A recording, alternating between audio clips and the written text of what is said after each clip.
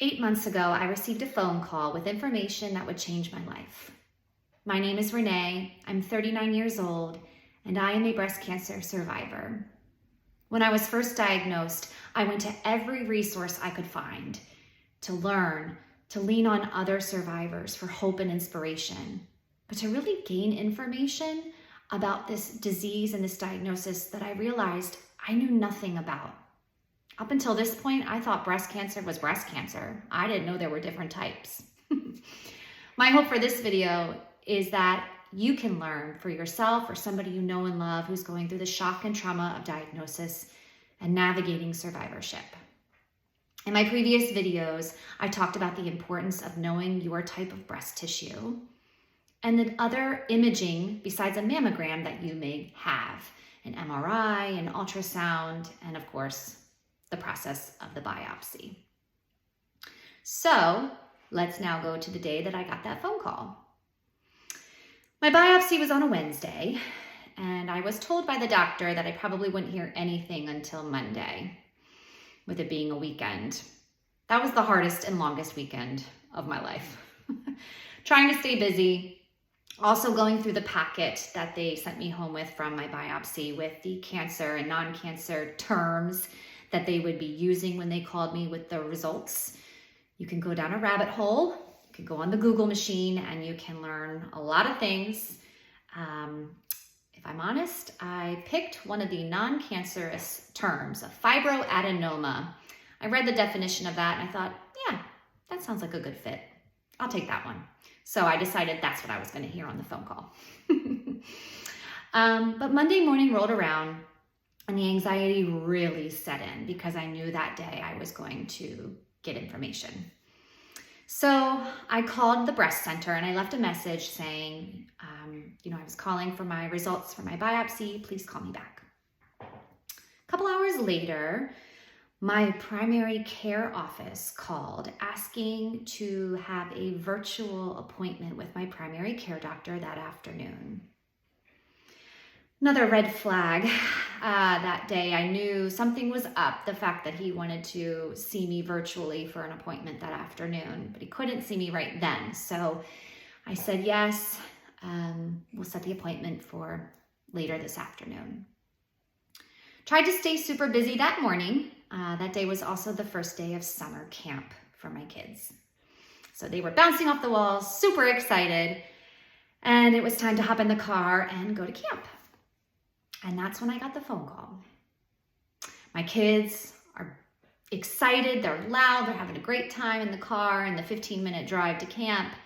And my phone rings and the nurse says, I got your message and I can either give you the results or I can have the doctor call you back if you'd like. I said, please, I've been waiting this long. Just give it to me. And her words were, I'm so sorry, but it is breast cancer. You're in the state of shock. Trying to hold myself together with the kids in the back of the car, not knowing anything that was going on.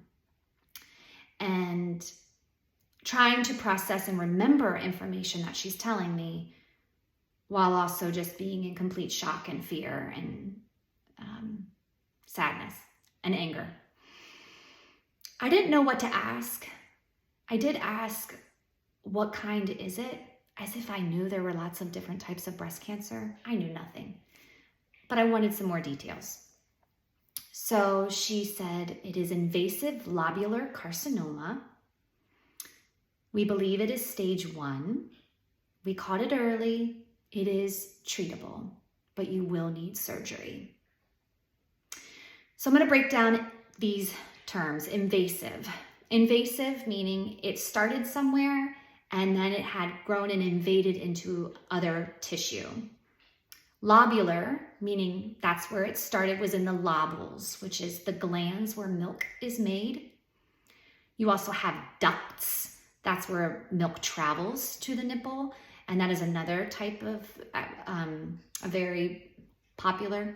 Breast cancer is ductal carcinoma, but mine was lobular. Thing about lobular carcinoma, it's kind of tricky. They call it the sneaky one. It doesn't always form a tumor. A lot of times it can be like strands on imaging. And so that's why it can kind of get passed over, and a radiologist might not see it as suspicious if it's not a full tumor. So there's a lot of information out there that you can read about lobular, but it was invasive lobular carcinoma, and they believed stage 1. Now I say believed because your tumor is staged twice. After your biopsy, you get the clinical staging, meaning what they can gather, all that information from imaging and from the biopsy. And then it's staged again after your surgery, when they actually have the tumor and tissue and can look at it under a microscope. So believed stage 1. Stage 1 because of the size. It was 1 centimeter, 10 millimeters, at its largest length. We did not believe that lymph nodes were involved, but again, that's just by imaging and the ultrasound. She went under and took some pictures of my lymph nodes. If your lymph nodes are involved, a lot of times they can, look inflamed and large, but they can also be involved and not look like anything different on imaging. So you don't really know until after your surgery. And then I learned about what type of food my cancer fed on. So there are these receptors on the outside of a cell. Think of it like a Pac-Man. If you've played the game Pac-Man, what does Pac-Man like to eat? So there are 3 things that the receptors can eat. So there's the hormones, which would be estrogen, and then progesterone. And the other is called HER2, HER2. So my cancer cells were hormone positive, meaning they ate estrogen and progesterone, and that's what helped them grow. I was HER2 negative. So this information really helps your medical oncologist figure out what treatments are going to, number 1, kill any other microcells inside your body, but also help with prevention for recurrence. So when you're going through all of this with your oncology team, it's kind of 2 things: getting rid of the cancer that's inside you right now, and then prevention for the future. So for hormone positive cancer, the most likely the best treatment is what is called endocrine therapy. So depending whether you're premenopausal or postmenopausal, you still have these hormones being produced in your body, even if you're postmenopausal, or if you've had your ovaries removed, there's still other glands that produce these hormones in your body. Endocrine therapy blocks these hormones. So for me, being premenopausal, tamoxifen is what is prescribed to me to take for 10 years to basically put me into menopause and to block these hormones in my body. I will do a whole nother video on my perspective of tamoxifen and information that I have learned. Just another caveat, I am not a medical professional. I don't work in the medical field. I am simply a patient and survivor sharing my experiences. So, learned that information on the phone call.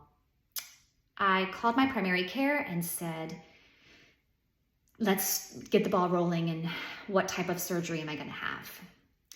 So where I live, there are 2 very well-known cancer treatment facilities. I said, let's go. Get me in. I want to be seen by the best. And so they made some phone calls, and both facilities couldn't even sit down and see me and go over my biopsy results for like 3 to 4 weeks. I had just sat through a few days over a weekend waiting for information. There was no way I could sit for a month waiting to just talk about what to do next. So I said, let's find somewhere else. Thank goodness they were able to find another wonderful medical team that could see me the next day. So my husband and I went to my first appointment.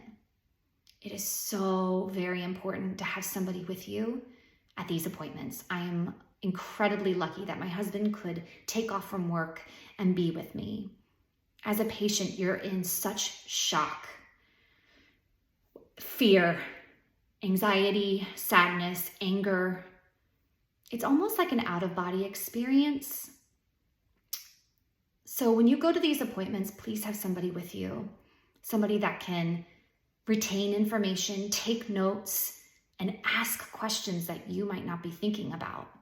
You could also take out your phone and audio record your appointments. That way you can refer to it when you get home and over the next few weeks, because it is going to be a few weeks.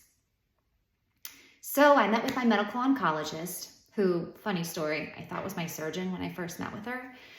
She was explaining, going over all of my biopsy results, the tumor size, lymph nodes, don't believe it's metastasized to other parts of the body. We think you're stage 1, all those things. And then she said, and now you're going to meet with your surgeon. I said, well, who are you? She said, I'm your medical oncologist. I said, well, what do you do? She says, I'm the one that will give you chemo if you need chemo, and I'm the one who will also prescribe you and work with you with your endocrine therapy. Another part of the cells that she went over, another piece of information of the cells, they believed I was a grade 1. Grade is very different than stage. So stage is about the size or how many tumors and if lymph nodes are involved. Grade is how abnormal those cancer cells look compared to normal cells. And that also tells the medical oncologist how fast growing those cells may be. And so grades are 1, 2, and 3. So 1 being the slowest growing and not, looking pretty close to normal cells, and 3 being very fast growing. So at that time I was told I was a grade 1, which after surgery, my pathology staging bumped me up to a stage 2. I'm sorry, a grade 2. So still a stage 1, but a grade 2. Now the thing to remember about grade is it's pretty subjective. So it just depends on the scientists looking under the microscope. It isn't black and white like the size of the tumor that you can easily measure. This is pretty subjective. So a little bit of information there. So then she presented me with my options. We didn't know if chemo was going to be on the table or not. It kind of depended on that final pathology report. So I met with the surgeon who went over all the different surgeries I could choose from, and the risks and the benefits and the pros and the cons. And then he said to me, look, whatever you choose is going to be the right decision for you, but just do what is ever going to help you sleep at night. And that stuck with me. I knew that I was always going to have fear and anxiety of recurrence. I am for the rest of my life. But I want to feel like I'm doing all that I can to, number 1, get rid of this and any other microcells that might be floating around that we can't see in imaging, but also so that I don't have to be here again in a year or 2 for recurrence. So I decided on the double mastectomy. Now, whatever you choose will be the right decision for you. You are going to talk to other survivors and hear their stories, and they may really be happy with what they did, and you might think that's what I need to do. But really, it's your decision, and you need to listen to your gut to figure out what is the best choice for you and your situation. Given my family history, given the fact that it was invasive, given the fact that I had lobular, which was pretty sneaky, and microcells are known to float around and not necessarily be a tumor, I decided on the double mastectomy. That was going to help me sleep at night. Choosing the double mastectomy also almost took away the option of radiation. If I had chosen a lumpectomy, I would definitely have radiation. If I did the double mastectomy, if they got clean margins and everything in their eyes seemed to be gone, I wouldn't have to have the radiation. So I felt like I was taking my chances, and it is a bigger surgery and a much harder recovery. But I chose the double mastectomy with reconstruction. I'm going to do a whole nother video on the surgery and reconstruction, but I wanted to explain a little bit about the type of cancer I had, what all goes into it.